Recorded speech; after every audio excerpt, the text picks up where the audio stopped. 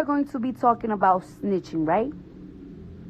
Because let me tell you something. When I see people post something up about people that be snitching, people be in the comments like, oh, if I was to get this and that time, I'll snitch too. I'll snitch too. I'll snitch too. And this is my thing, right? This is my thing, right? When it comes to people like be like, oh, you a snitch. Robbie, stop interrupting my life. Tekashi's 69's girlfriend, Jade, revealed that her incarcerated boyfriend will be released from prison in just 6 months. 6 more months, motherfucker, she wrote in a caption alongside a rainbow emoji, a house, and 2 hearts. Check her out in the back. Tekashi's federal racketeering case is slated to go to trial in September, and it's common knowledge that the gummo rapper rolled over on his crew to get a light sentence. Man, that's crazy.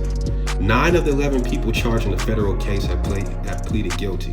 We're not sure the rapper would want anybody knowing exactly when he's being released from the pen.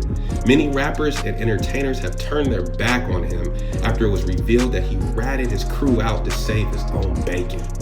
We're not even going to say what he liked. Screw him all the way down the road.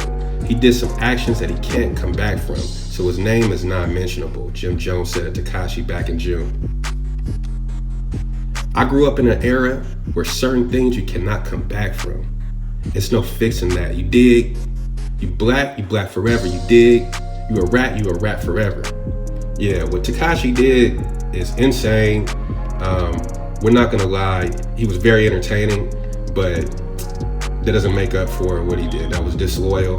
And it's actually gonna be interesting to see if his music career can maintain or keep going, or how he's gonna be able to make it, or if he's gonna get those tats removed off his face, or what's going on, because him going into witness protection is gonna be futile unless he can get those tattoos removed. And it's gonna be very interesting. So everybody stay tuned for more AUC news. Out.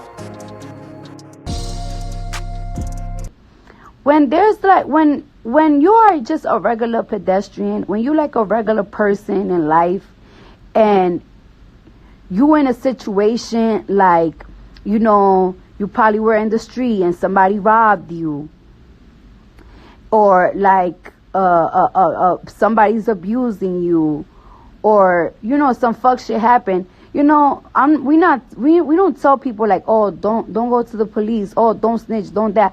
If you're a regular person, I don't know, you do what you do. But if you are in the streets, if you commit yourself to the streets, right? If you commit yourself to the streets, if you are in the streets, there's an oath that you take. There's rules in the streets. You're not gonna be selling drugs. You're not gonna be committing crimes, and the crimes that you commit are street crimes. And then when you get locked up, you're going to snitch. It doesn't work like that. Like you have you have an option in life to be good or bad. You have an option in life. You have an option. You don't have to be in the streets. You don't have to gang bang. You don't gotta be gang related. Being gang related is never forced. You choose to be in a gang. You choose to be in a gang. You choose to be in the streets. You choose to deal with somebody that's probably selling some. Choose that. So if you choose that, you know you know that you might have a chance of getting arrested. And if you're doing something that you might have a chance of getting arrested, if you know that when you get arrested you're going to snitch, then you shouldn't fucking do it in the motherfucking first place. Every gang has one rule: no snitching. Any gang. The streets have a rule that is not written, it's just known: no snitching. So if you commit yourself to the streets, of course snitching is wrong, and you will suffer repercussions when you get arrested, when you get locked up for snitching. Because you had a choice. You ain't had to be in a gang. You ain't had to do streets activities. You don't have to be in the streets. But when you choose that lifestyle, You need to know the rules, and you need to follow those rules. When people be like, oh, we hate snitches, fuck snitches, snitches is bitches, this and that. I don't think they talking about regular pedestrians. They're not talking about regular people. They live a regular life. We're talking about niggas and bitches that want to be in the fucking streets, and when shit get hot, their fucking feet turn cold. You need to know the street code, or don't be in the fucking streets. Period. Don't be in the streets. And that's why I hate when people be snitching and people be under the comments like, I would have snitched, I would have this, I would have that. No, you shouldn't have done it. You shouldn't have, niggas shouldn't have done it. Niggas shouldn't have motherfucking put themselves in a lifestyle that they know that if they get caught, they will snitch because they can fucking handle shit.